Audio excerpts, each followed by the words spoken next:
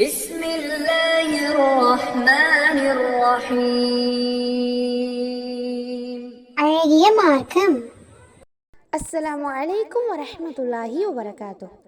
கின்னஸில் இடம் பிடிக்க அல்ல தொழுகை, சொர்க்கத்தில் இடம் பிடிக்கவே தொழுகை. ரமலான் மாதத்தில் அல்லாஹ்வின் அருளை அதிகம் பெறுவதற்குண்டான அமல்களை நாம் செய்ய வேண்டும். ஆனால் தற்போது முஸ்லிம்கள் மத்தியில் இருக்கும் நிலைமையே வேறு. ரமலான் மாதத்தில் இரவு நேரங்களில் தொழப்படும் இரவு தொழுகையை எடுத்துக்கொண்டால் அது 20 ரக்காத்தாக இருந்தாலும் சரி, 8 ரக்காத்தாக இருந்தாலும் சரி, அந்த தொழுகையை இவர்கள் தொழும் வேகம் இருக்கின்றதே, சுப்ஹானல்லாஹ். அல்லாஹ்வின் வேத வசனங்களை கேலிக்குரியதாக ஆக்கி, அல்லாஹ்வின் தூதருடைய கட்டளைகளை துச்சமாக ஆக்கி எக்ஸ்பிரஸ் வேகத்தில் இந்த தொழுகையை நிறைவேற்றுகின்றனர். 7 நிமிடத்தில் 20 ரக்காத்துகள் தொழுது ஒரு நாட்டில் உள்ள பள்ளிவாசலில் கின்ன சாதனை புரிந்தார்களாம். இது குறித்து மார்க்கம் என்ன சொல்கின்றது என்ற அடிப்படை தெரியாமல் இவர்கள் இருப்பதுதான் இத்தகைய தவறான செயல்பாடுகளுக்கு காரணம். திருடர்களில் மிகவும் மோசமான திருடன் தொழுகையில் திருடுபவன் என நாயகம் ஸல்லல்லாஹு அலைஹி வஸல்லம் அவர்கள் கூறியபோது, அல்லாஹ்வின் தூதரே, தொழுகையில் எப்படி ஒருவன் திருடுவான் என்று நபித்தோழர்கள் கேட்டனர்.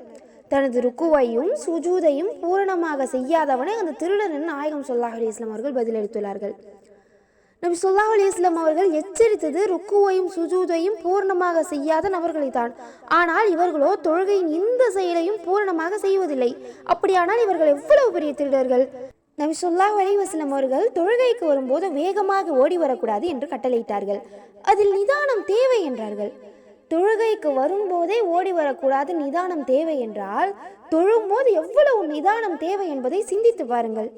திருக்குர்ஆனை ஓதும் போது நிறுத்தி நிதானமாக ஓதுவதுதான் நபி வழியாகும்.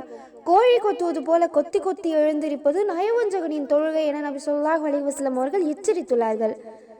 இப்படி அதிவேகமாக தொழுது கின்ன சாதனை என்று சொல்லி நமது அமல்களை பாழாக்கிவிட வேண்டாம். தொழுகையில் திருடும் இத்தகைய திருடர்களை விட்டும் நாம் ஜாக்கிரதையாக இருக்க வல்ல ரஹ்மான் நம் அனைவருக்கும் அருள் புரிவானாக.